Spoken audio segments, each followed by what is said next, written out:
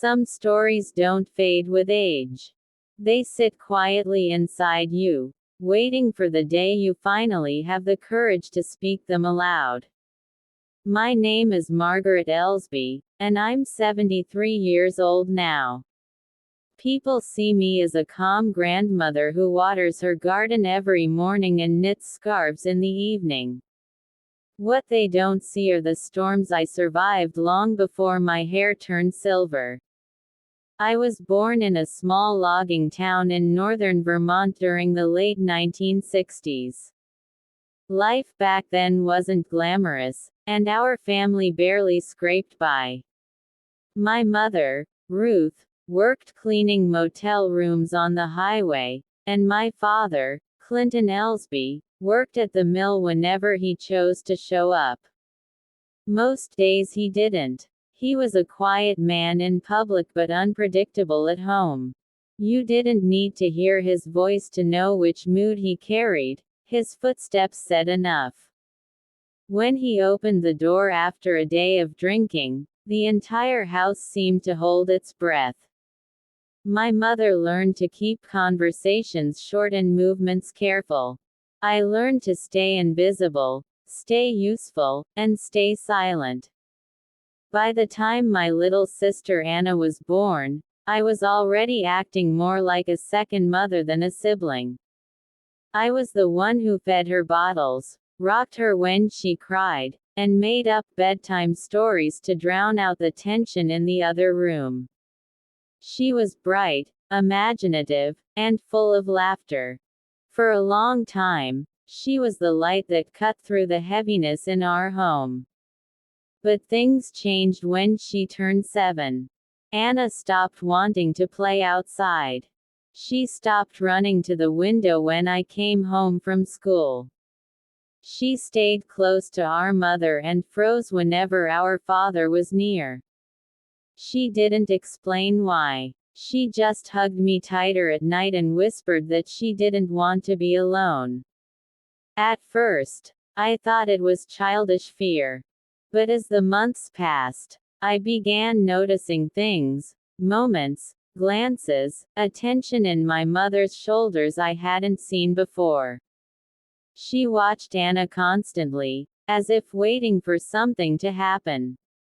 Or maybe trying to stop something that already had. One night, I woke to soft noises in the hallway. My father rarely moved during the night, he usually slept deeply.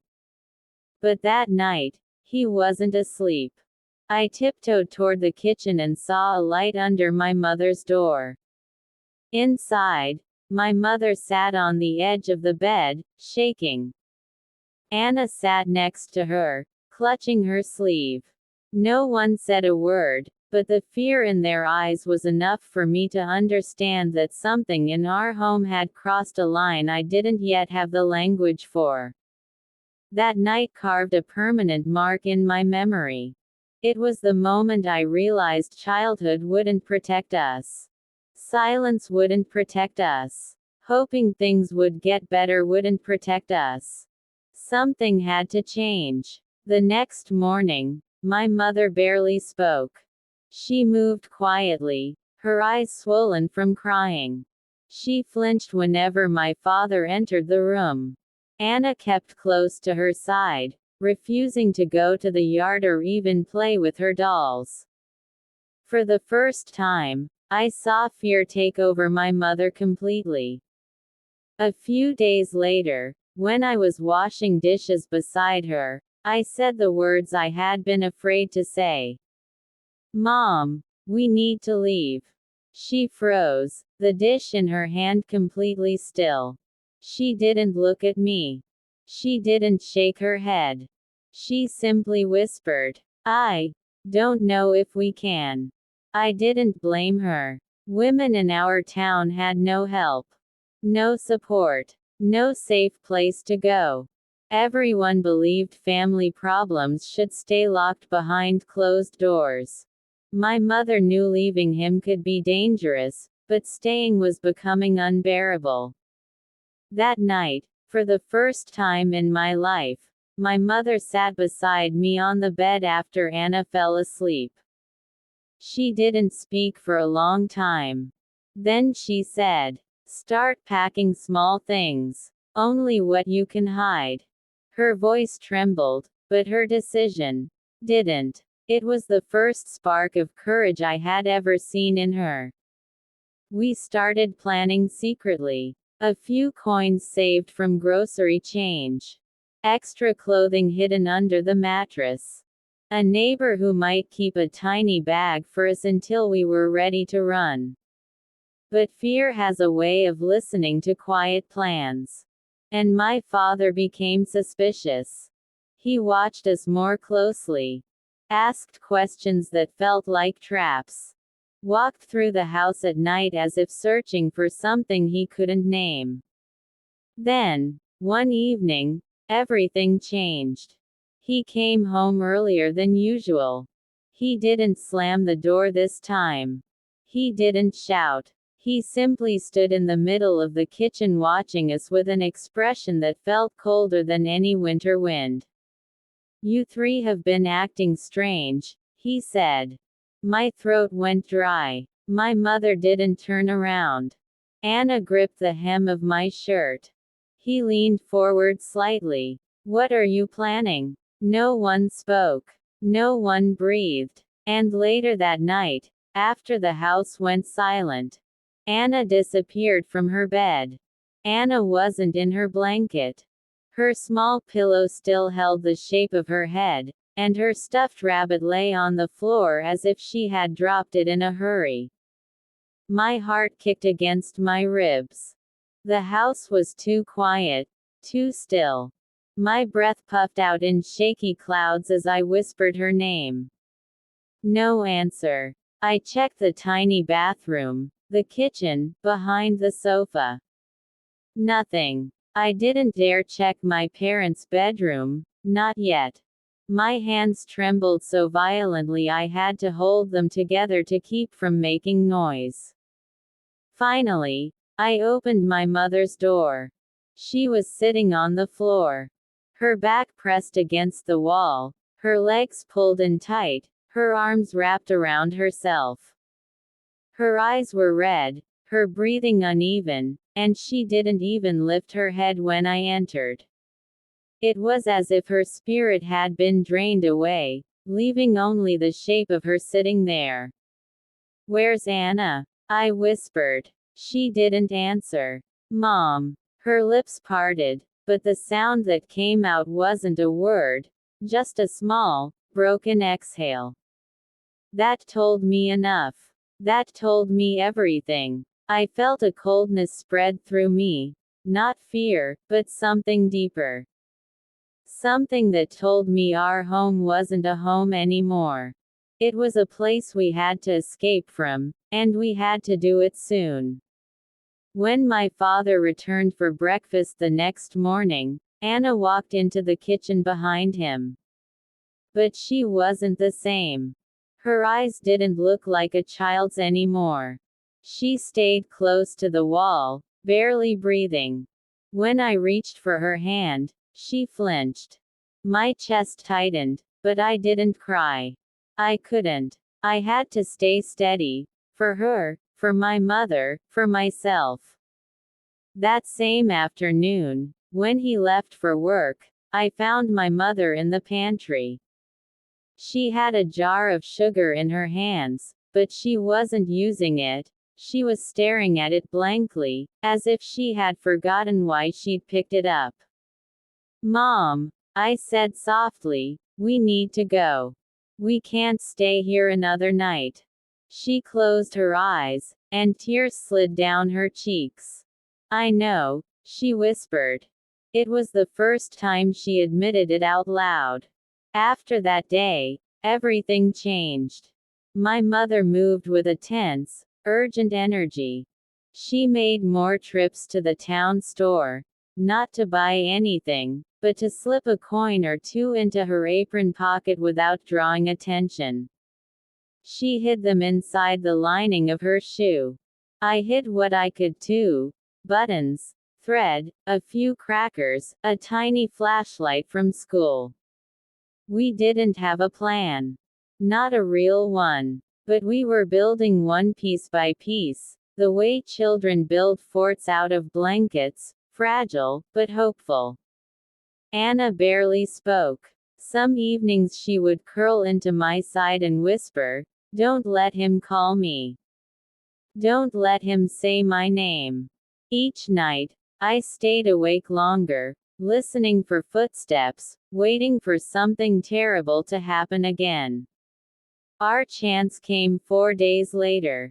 My father left before sunrise to help a neighbor cut fallen trees after a storm. He said he'd be out until dark. The moment the truck rumbled away, my mother shut the curtains and turned to me. "It's today." Her voice shook, but her eyes were determined. We packed Anna's tiny coat, the bread my mother made the night before, a water bottle wrapped in a towel, and the little flashlight. My mother grabbed a small bag she had hidden behind the pantry shelves.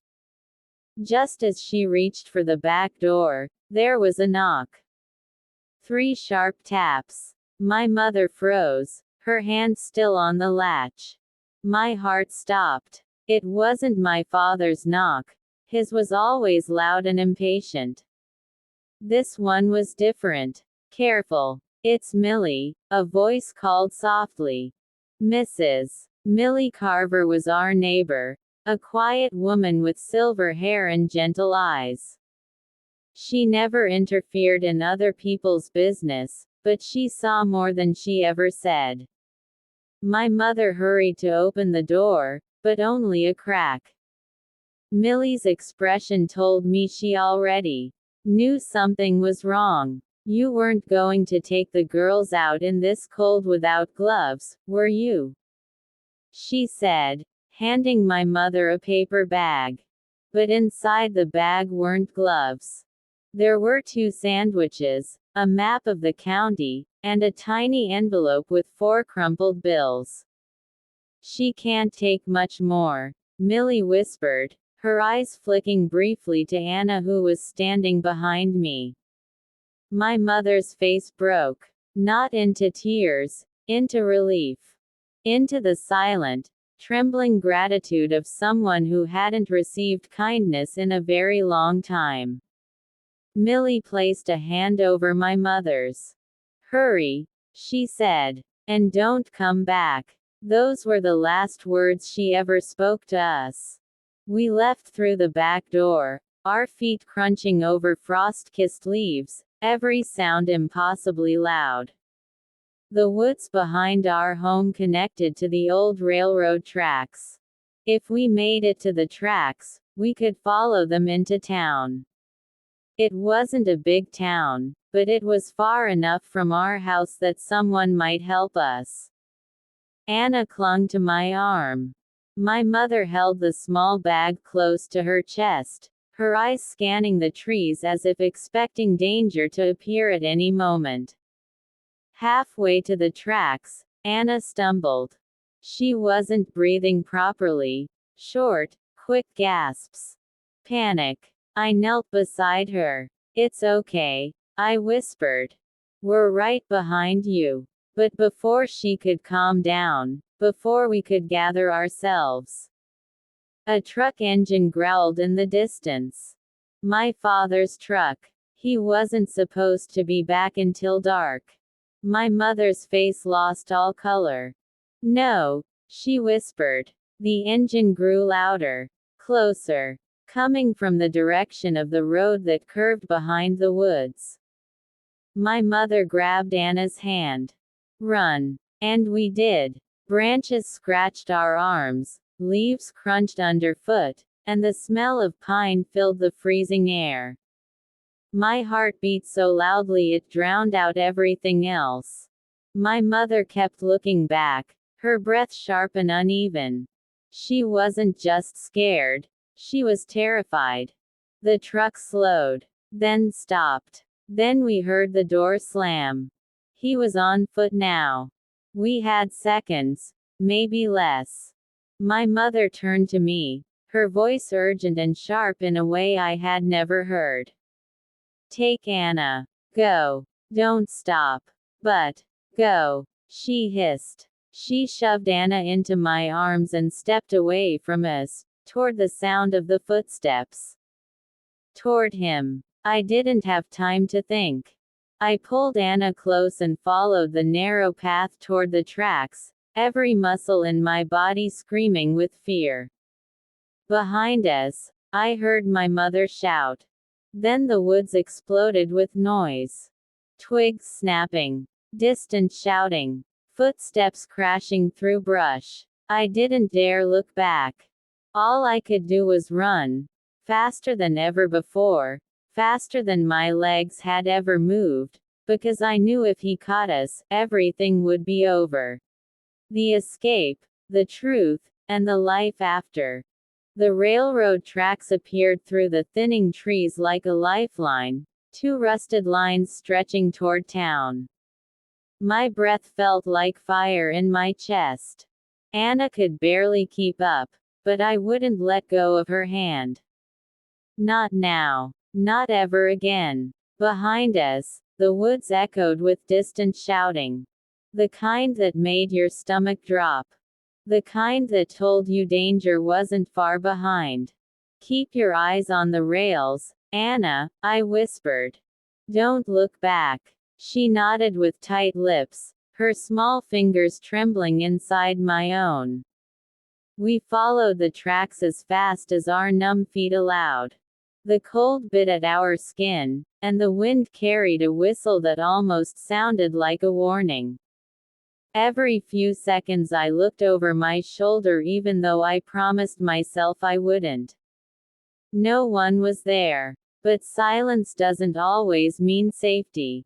As the old grain tower came into view, the one near the edge of town, I felt Anna slow down beside me. Is Mama coming? She asked softly. I swallowed hard. She will find us, I said. She had to. The world couldn't be cruel enough to take that from us too. The streets of the town were just starting to wake. A bakery sign flickered on, and a milk truck rattled toward the stores. Everything looked normal. So painfully normal, that it made our world feel even more upside down. The community center. I spotted the small white building at the end of the street. The place my teacher once said was, where you go when you need help. I pushed the door open with shaking hands. A woman with reading glasses looked up from behind a desk. At first, she smiled. Then her face shifted when she saw Anna's tear-streaked cheeks and my trembling body. Girls, what happened? She asked gently. I opened my mouth, but the words tangled in my throat. All I managed was, we need help. It was enough. The woman moved quickly, bringing blankets, warm water, something for Anna to hold. She didn't pry, didn't press. She simply said, you're safe here. No one is going to hurt you.